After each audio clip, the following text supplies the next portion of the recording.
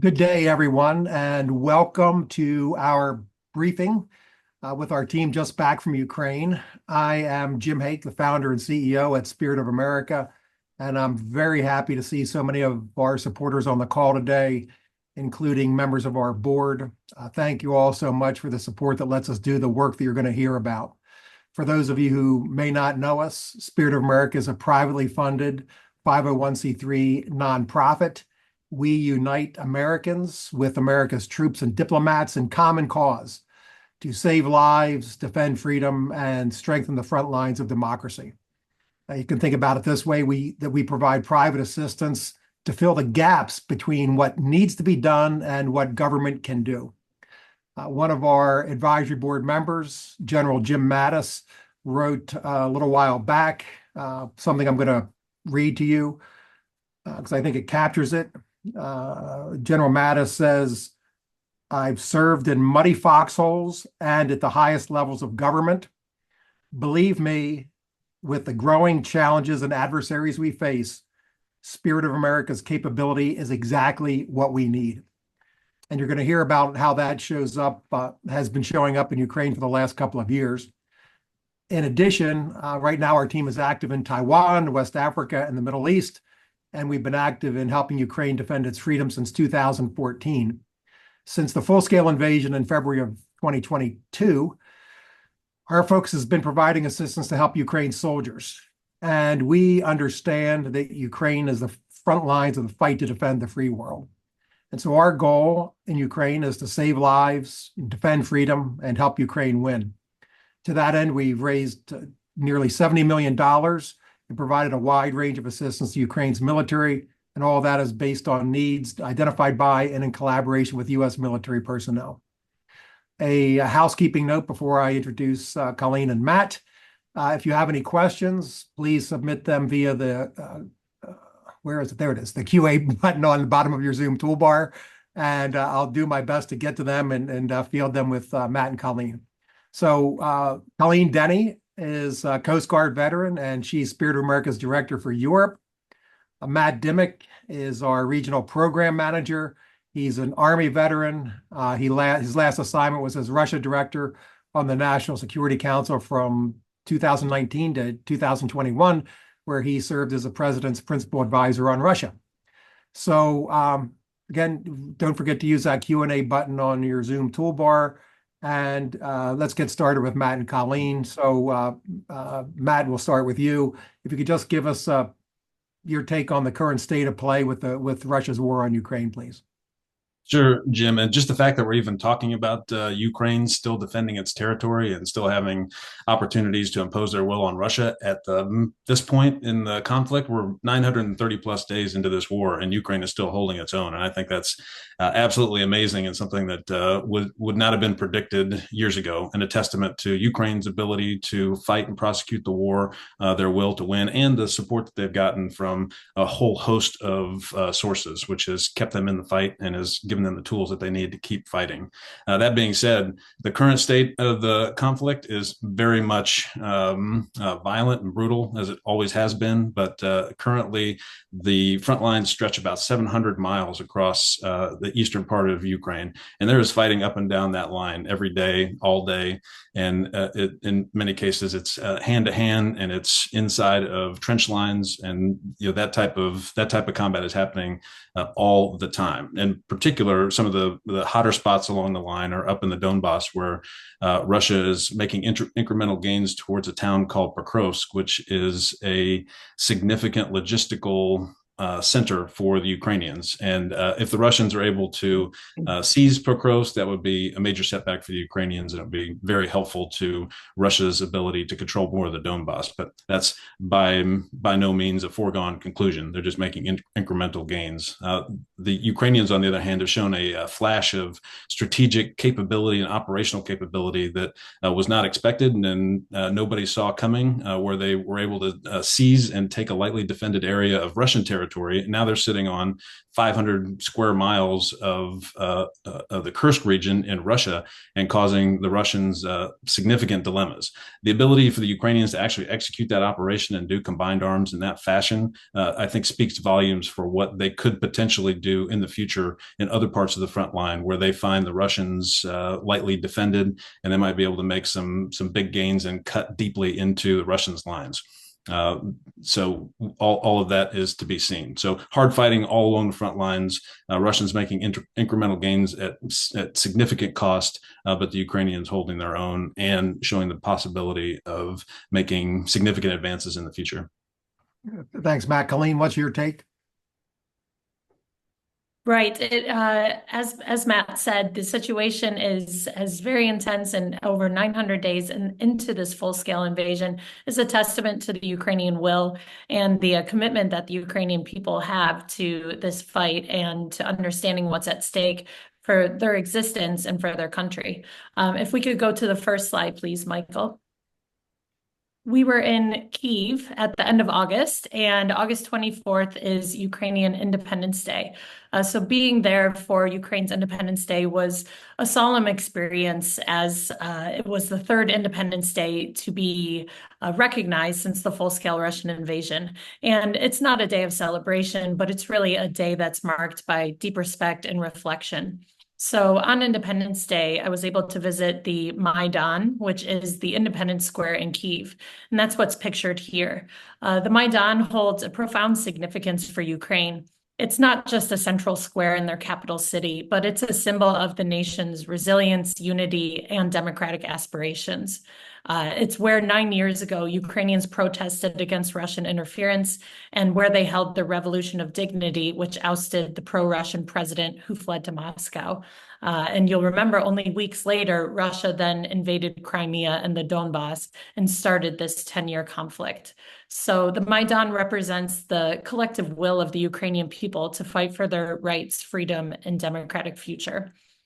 So naturally, it has become a site to pay respect for the men and women who have died defending Ukraine's freedom. And the flags you see here represent those who have fallen in battle and have been placed there by their family members or by their brothers and sisters in arms. So this homegrown monument on the Maidan Square grows every single time we visit it. And it's a real visual demonstration of the will of the Ukrainian people to continue fighting for their freedom and the fight that's happening on the front lines, as Matt described it, but also within civil society and within ordinary Ukrainians that are supporting the war and supporting the war effort in their own ways. Back to you, Matt. Yeah, Matt, if you could give us a take on what you think is where things are headed and what's next in the conflict. Sure. In the immediate future, it's going to be more of the same. Both sides are at opposite poles when it comes to objectives for the war, and those are at this point irreconcilable when it comes to negotiation terms. So, unfortunately, I think both sides are going to have to continue to fight this out on the ground with the hopes on the Ukrainian side that they can impose enough cost on the Russians that they can go to a negotiating table in a position of strength. Now, how they get there is anybody's guess. There's multiple variables here that we're going to see play out. On the Russian side, they have basically devolved to just relying strictly on their mass. They have abandoned any hopes of trying to do large-scale maneuver just because every time they put tanks or major units out on the field, the Ukrainians sniff that out and they destroy them before they're able to execute any type of major operation. So the Russians have devolved to small scale, small unit infantry style, light infantry attacks on Ukrainian positions after softening up those positions with massive amounts of artillery and 1,000-pound plus glide bombs that pulverize positions. They just send Russian soldiers lightly armed into those positions in the hopes that 1 out of 10 times they'll be able to seize a portion of the ground that they are advancing upon. 9 out of the 10 times the Ukrainians repel those types of assaults, and the Russians are taking atrocious casualties up and down the line. And that's how things will proceed in the immediate future until the Russians run out of people or the Ukrainians are able to reverse that flow. Unfortunately, the Russians have found a pipeline of manpower that they can probably sustain for years to come, which is why they're doing that ugly, brutal, and bloody math of sacrificing 1,000 soldiers a day in the hopes of gaining maybe a kilometer here, a mile there, and incrementally making gains and imposing costs on the Ukrainians. So that's what we foresee the Russians doing, is just continuing to bludgeon Ukrainian lines, taking Ukrainian casualties, imposing costs with the hopes that the incremental style of attrition warfare will be enough for them to wait out the Ukrainians and bring them to the table. The Ukrainians, on the other hand, they've got a few tricks up their sleeve, as we saw in Kursk. They are working on the ability to mobilize and use their forces in ways that are much more advanced and sophisticated than what the Russians can bring to the table. And that will be a huge problem for the Russians to have to try to deal with in the immediate future. This winter, the weather's going to close in. The level of combat will probably slow down, as it usually does, giving the Ukrainians time to maybe rearm, re-equip, and put some units in place that they can use in the springtime to actually gain some ground. And I would not put it past the Ukrainians to have some major operational and tactical achievements in later this fall or even into the springtime that could cause the Russians real pain. But right now, it's Russian mass against Ukrainian ingenuity.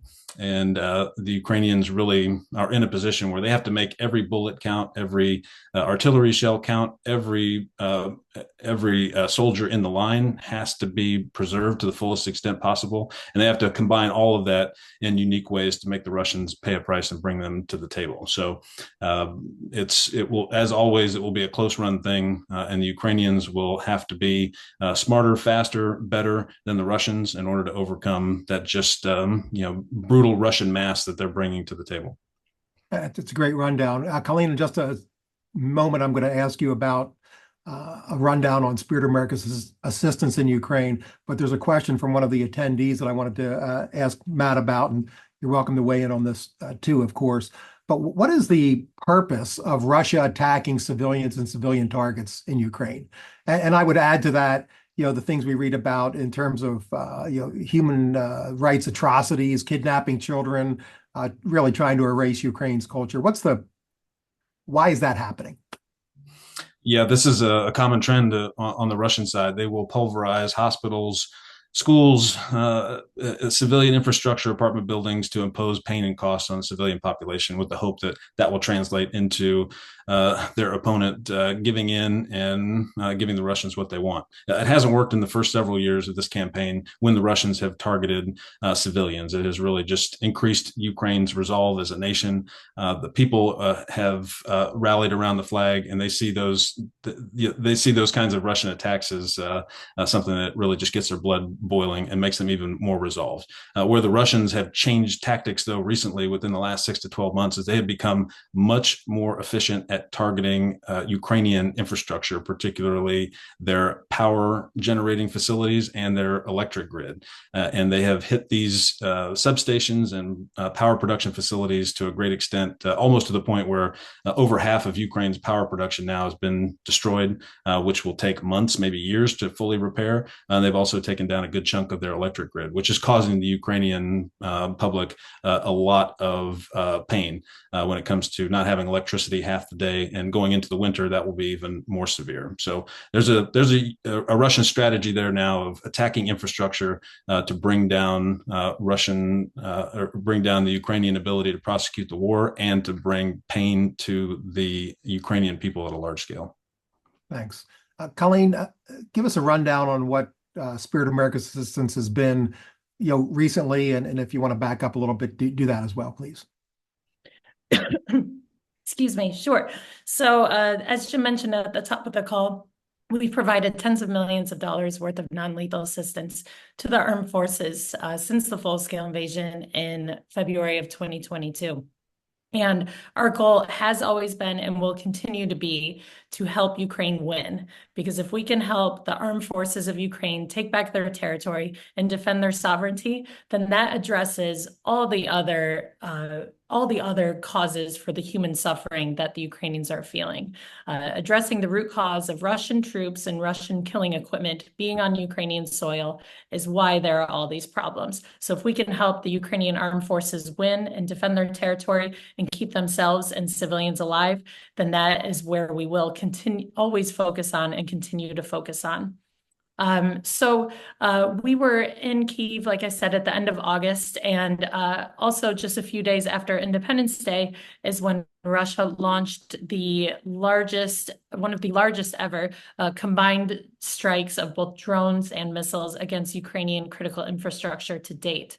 So they launched 127 missiles and 109 drones targeting more than 24 energy sites. So of course, the Russian media and Russian propaganda responded gleefully to these strikes, framing them as retaliation for the Ukrainian offensive into Kursk Oblast, which Matt described earlier. But we were there and spent hours in an underground bunker as Russia continued to attack Kyiv and the entire country from around midnight until the early afternoon.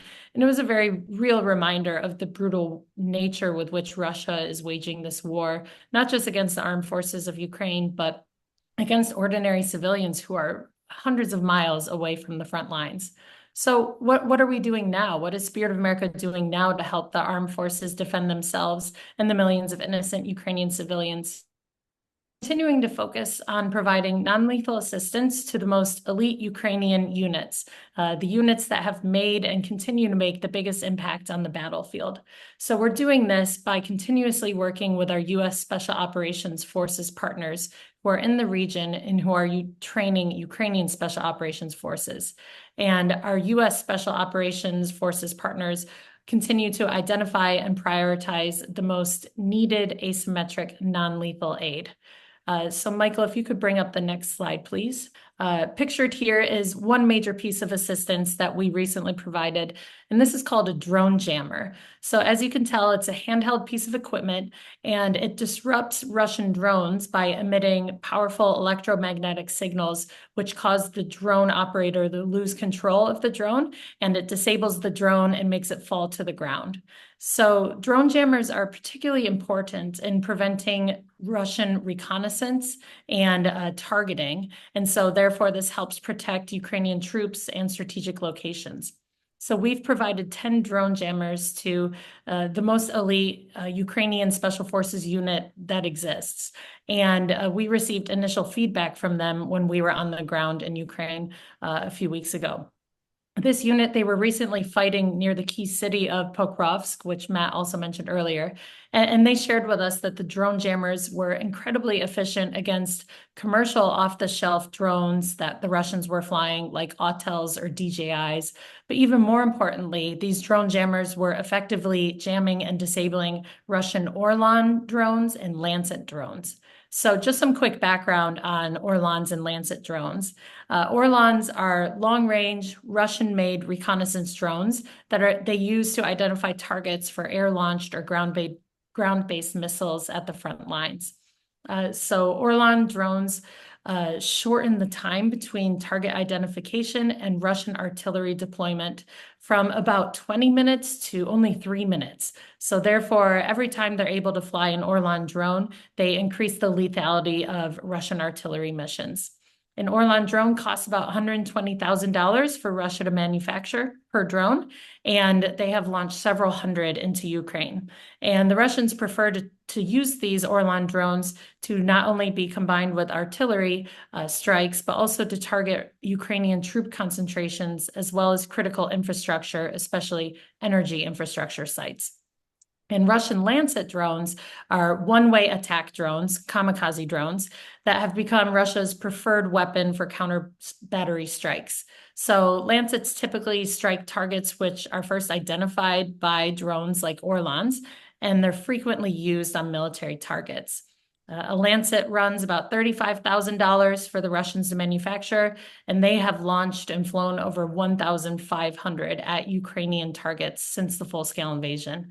And their typical targets are high-value military equipment like Leopard 2 tanks, the German-made Leopard 2 tanks, artillery systems, anti-aircraft systems, personnel carriers, and command posts. So therefore, hearing the feedback that our drone jammers were disabling Orlans and Lancets before they reached their target was just incredible. The drone jammer costs about $75,000, and a $75,000 drone jammer can protect an $11 million Leopard 2 tank, or it protects a Ukrainian command post that has dozens of Ukrainian service members and leadership members in it. And of course, using a drone jammer to protect Ukraine's energy grid is just invaluable, as this saves lives and prevents human suffering by ensuring the stability and security of critical infrastructure. So we're really also proud to share that the 10 drone jammers that we've delivered to Ukraine are the first ever to be delivered to Ukraine. There are only 10 in the entire country, and SOA has provided all of them.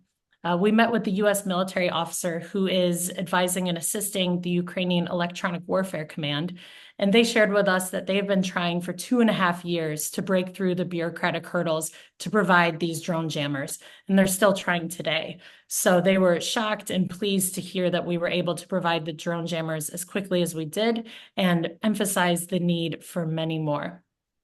Next slide, please. Also, I want to emphasize how Spirit of America's partnership with the US military is just so crucial to our work. Because of our worldwide memorandum of understanding, which allows us to work directly alongside deployed US troops and to provide assistance based on the needs they identify, we are able to provide various types of non-lethal equipment that is testing and piloting new ideas. So pictured here, you'll see US Special Operations Forces soldiers on the left, who are working with and training Ukrainian Special Operations Forces soldiers who are on the right. Here, US Special Operations, they identified to us the need to try to set up an experimental radio retransmission site, which is what they are posting in the tree here. And this retransmission site is designed to shift radio emissions away from the Ukrainian drone operator, and it also extends the range that the drone can fly away from the drone operator.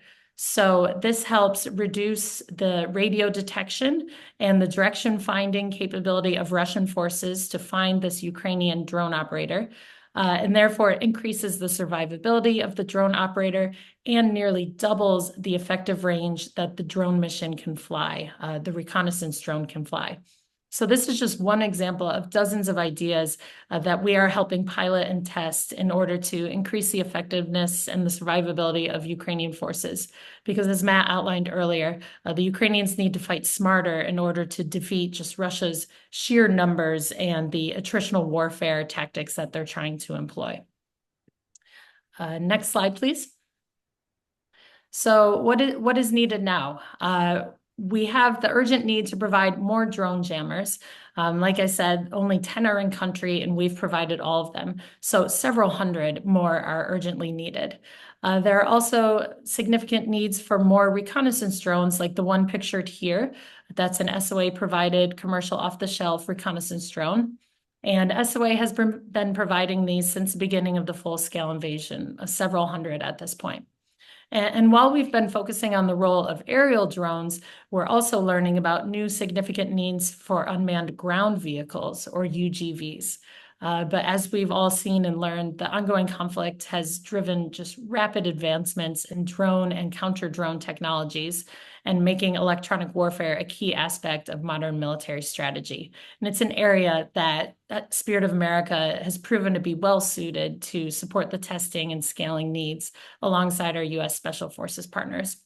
And then there are also just the continuous needs for more vehicles, 4x4 pickup trucks, unmarked cargo vans that can be used as ambulances, and just the regular consumables of other equipment like night vision goggles and other force protection gear that can help increase the survivability of Ukrainian forces. So the assistance that we've been able to provide over the last 2.5 years, we couldn't have done any of this without the support from people like you on this call. So thank you for tuning in today and for continuing to support Spirit of America's work in Ukraine. I'll pass it back to you, Jim. Thanks, Colleen. A question from one of the attendees. Matt, you mentioned a new source of manpower for the Russian military. What is that source? So it's these are Russian kids, mostly in rural areas. The Russians, they consumed all of the original force that they sent into Ukraine. Now they've absorbed probably 700,000 casualties by some counts. And they've had to replace all of those ranks and then find a sustainable solution. Where they're going is the villages and rural areas of Russia, and they're throwing a lot of money at young men who don't have jobs, don't have very good socioeconomic opportunities, and the money is enticing. And they've found a solution where they throw $20,000 at a young man, which constitutes probably several years of salary, and they're taking that money, they're joining up, and they're being sent right into the front lines where they're being killed and wounded at a ferocious rate. But that 1,000-day, sometimes 1,500 a day casualty count that the Russians are enduring is being met by recruiters in Russia who are able to replace those numbers with 1,000, 1,500 recruits a day. So I think Putin's got a sense that he can keep going to that well potentially for the next few years without running dry. And another personnel-related question from one of the attendees: how close do you believe Ukraine might be to the bottom of its draft age pool? They've got a lot of young men that they can go to. They have protected a good chunk of their younger generation, the 18-year-olds to 25-year-olds. That cohort was already small to begin with, so they made the tough decision of protecting that group from conscription and ordering conscription to be applied to individuals who were 29 years and older. They've since revised that due to the critical need for more manpower. So now the conscription age has been lowered to age 25. They may go further than that if they have to, but there are significant numbers of manpower that they could tap into if they needed to on a case-by-case basis. Thanks. Colleen, I'll pass this question to you. It's not related to military assistance, but what is the status and location of displaced Ukrainians? And let's just focus on that inside Ukraine proper. And is Spirit of America assisting them in any way? Sure. So there are millions of displaced Ukrainians that are still living within Ukraine, but have had to leave, mostly from, of course, the south and the east of the country. We have found, and alongside our US government partners, we have found that the best way for Spirit of America to support the Ukrainian war effort is to continue to focus on assistance being provided to the armed forces of Ukraine. There are, hundreds of incredible nonprofits and NGOs, both Ukrainian and international, that are focusing on supporting the internally displaced people and, of course, also Ukrainian refugees who had to leave the country entirely. We are always looking, though, to find out where we can have outsized impact, both for the war effort and also supporting local communities. So a lot of our assistance that we are sourcing within Ukraine, the non-lethal assistance that we're purchasing in Ukraine, comes from companies that are employing internally displaced Ukrainians. One project that we're working on, I think over 50% of their employees are internally displaced, that they came from Donetsk, Luhansk, Zaporizhia, other areas, and have had to travel to the west of Ukraine and are being employed by some of the factories that we are purchasing, very large amounts of assistance from.